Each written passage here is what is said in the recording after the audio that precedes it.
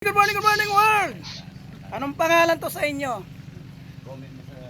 Comment kayo sa baba. Yan, ang laki. Sa amin, tawag dito, buwan-buwan. Pero, hindi lang siguro buwan to, Jupiter na to.